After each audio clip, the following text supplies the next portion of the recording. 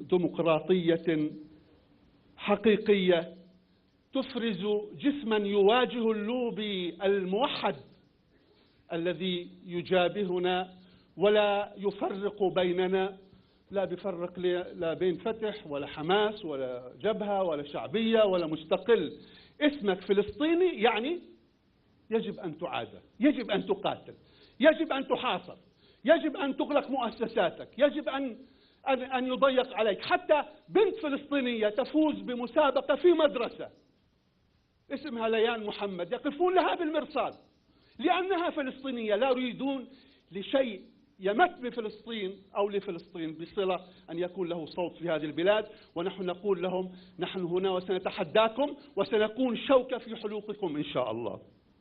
أيها السيدات والسادة، رغم الاختلافات السياسية والفكرية التي قد تكون موجودة بيننا، وهذا من طبيعة البشر، فإن هذا لا يمنع أن نتوحد ونوحد شتاتنا هذا، ونحن قادرون على ذلك، والمقومات والظروف كلها مواتية من أجل أن نحقق هذا الهدف إن شاء الله، إذا علت الهمم وصدقت النوايا وارتفعت العزائم وترفعت النفوس عن الصغائر. ويقول كما قال الشاعر: وتأتي على قدر الكرام المكارم، وعلى قدر أهل العزم تأتي العزائم، وتصغر في عين العظيم العظائم، وتعظم في عين الصغير صغارها.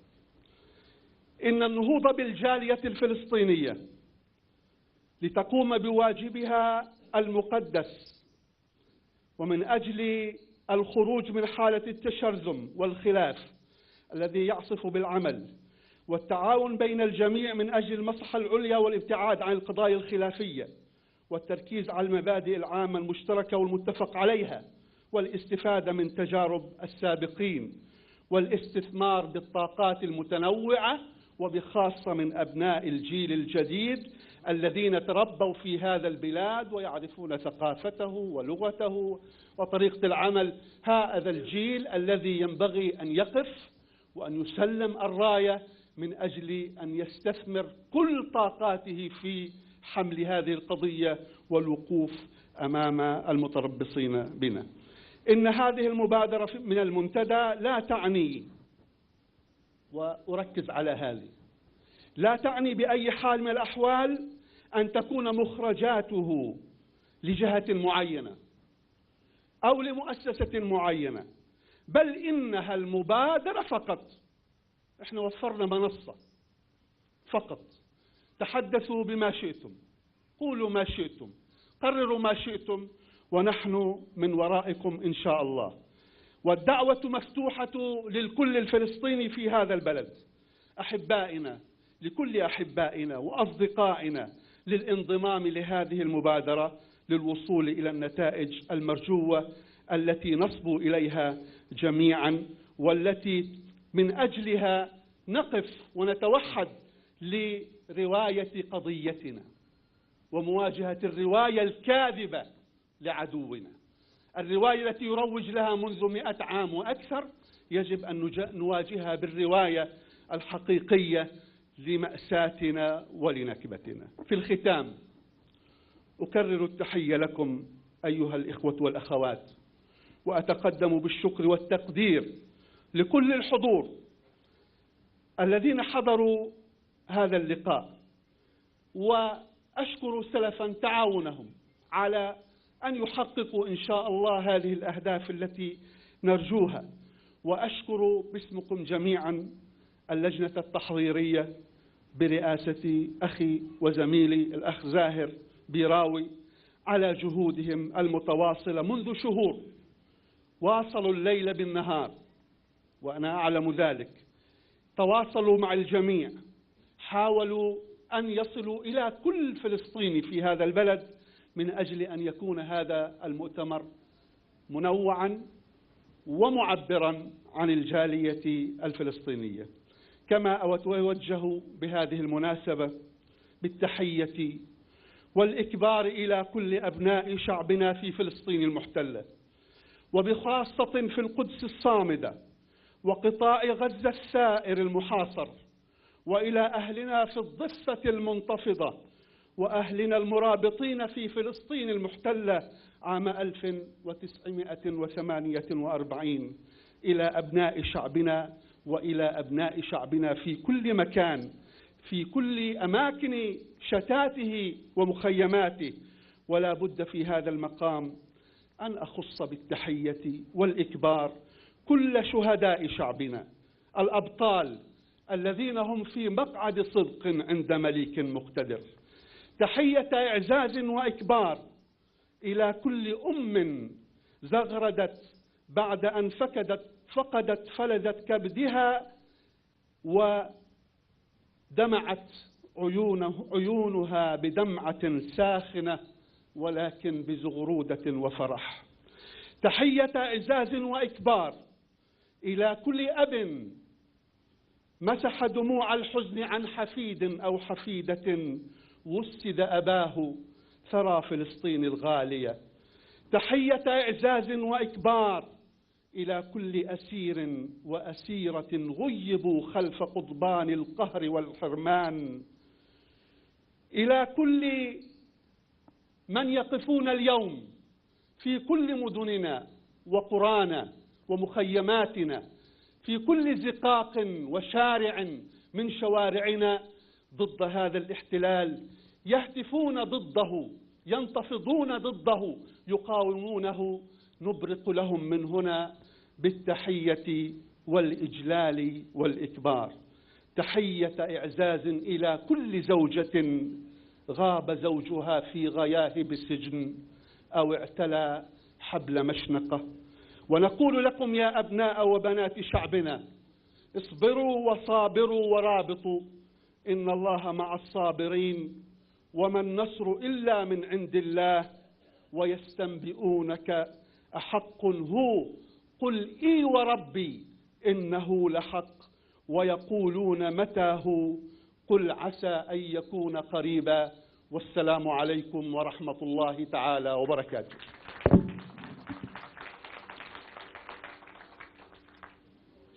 شكرا لدكتور حافظ الكرمي رئيس المنتدى الفلسطيني في بريطانيا على هذه الكلمة.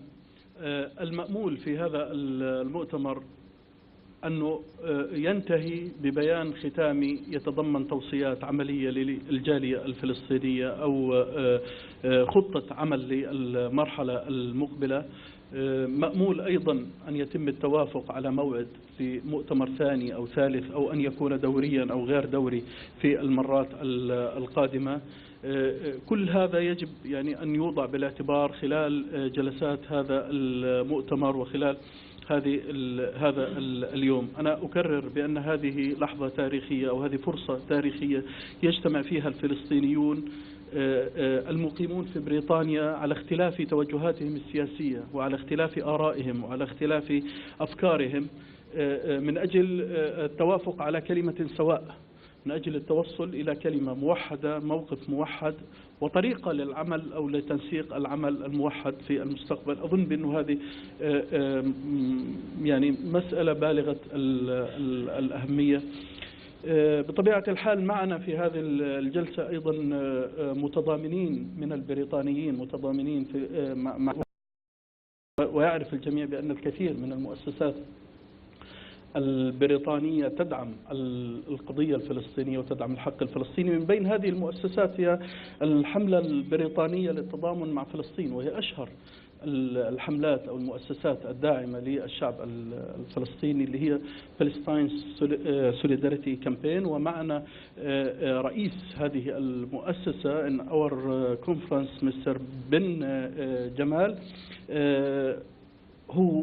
who's a very important activist, who very important supporter for Palestine and Palestinian people in UK and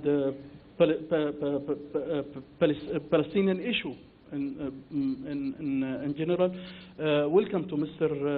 Ben, and أهلا وسهلا بكلمة يلقيها على مسامعنا السيد بن جمال. Director of Palestinian Solidarity.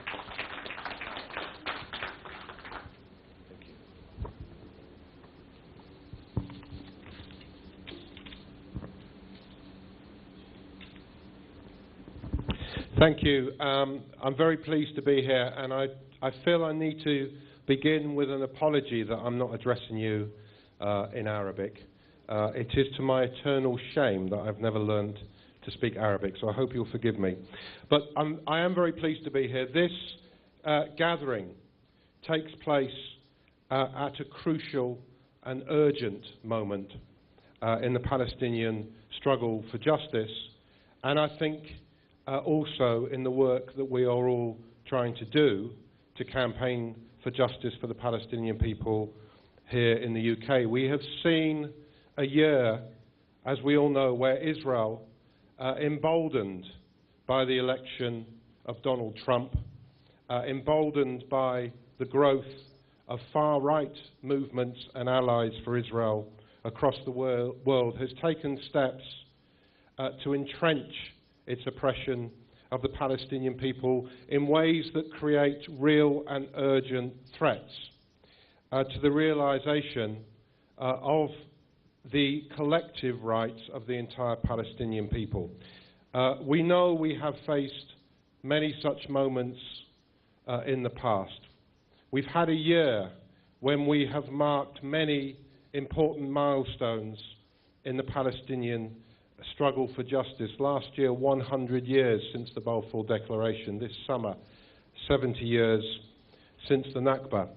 And those milestones that mark the enduring nature of the Palestinian people's struggle for justice, I think are both a challenge to us and an inspiration. A challenge because they remind us of the failure of world politics to stand up to injustice. 100 years after Balfour, the UK government, amongst Western governments, is still complicit in its support for Israel's violation of human rights, but an inspiration because it reminds us of the Sumud and the enduring resistance of the Palestinian people. Now, last year, when we were marking the Balfour Declaration through many events that many of you were involved in, there was a story I told many times about a delegation of Palestinians who came to London in 1921 to negotiate with Winston Churchill, who was then the Secretary of State for the colonies, trying to seek the overthrow of the Balfour Declaration. And whilst they were here, they held the very first, in 1921, the very first pro-Palestine rally in Hyde Park in the UK, in London. And the secretary of that delegation was a man called Shibli Jamal, who was my great uncle. And Shibli wrote a letter to Winston Churchill when it became clear that Churchill was going to ignore the legitimate demands of the delegation. He wrote a letter and he said this: "The people of Palestine will not be satisfied with promises that some control of their destiny will be given to them in the future.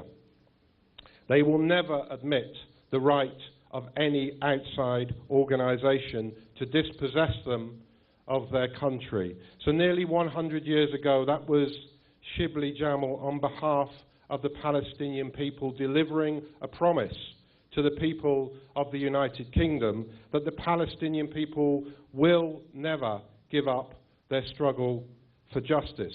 But this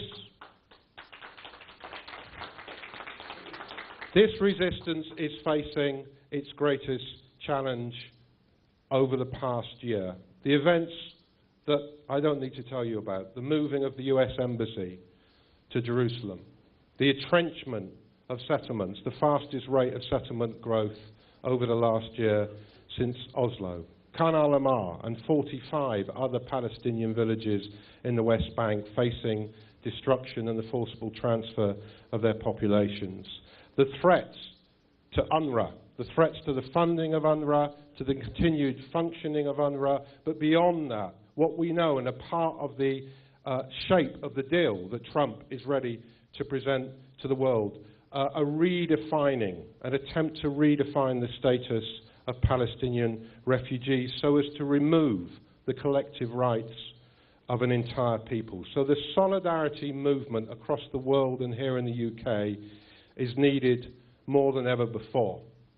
And we know that that solidarity movement is also facing its own challenges. Israel, for the past few years, has been engaged in greater efforts than ever before to suppress the rights of people to engage in solidarity. And you're all familiar with this. Attempts to introduce laws across the world seeking to suppress boycott, divestment and sanctions. An attempt to redefine anti-Semitism so as to conflate criticism of Israel and its policies with anti-Semitism.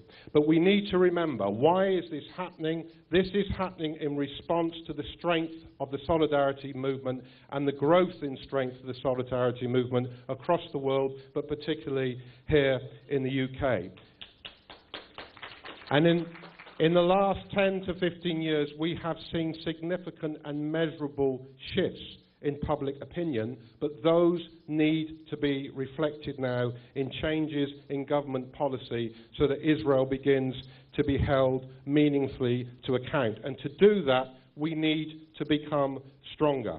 We need to build a campaign, what I call mainstreaming the campaign, so that the issue of justice for the Palestinian people is an important issue in all areas of political life in the UK, from students to faith groups, to political parties, to trade unions. And we need to continue to build the campaign for BDS that places direct pressure on Israel economically, culturally and politically. And PSC is active in all of those areas. We run important BDS campaigns every week up and down the country. Our branches in more than 40 locations across the UK are outside HSBC banks because we have identified HSBC as complicit for the financial support that it gives to the Israeli arms industry.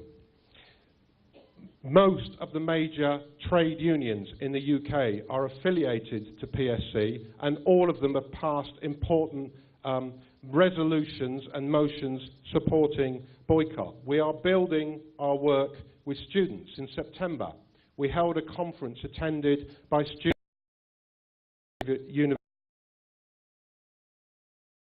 called Apartheid Off Campus was launched, seeking to get all UK universities to divest Israel's occupation.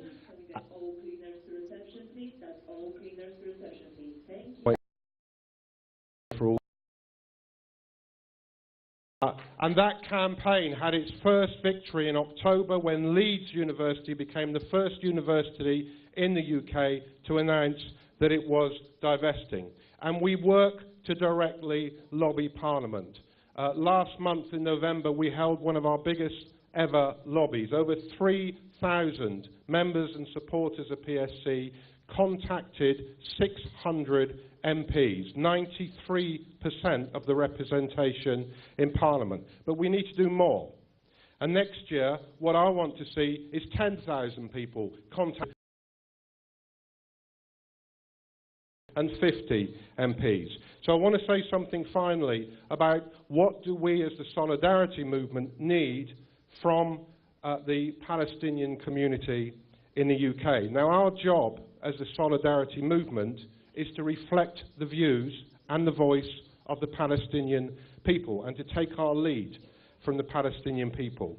But of course there is a reality that we all know, that the Palestinian people do not always speak with a unified voice, and sometimes that lack of unity on the ground in Palestine is reflected here in the UK.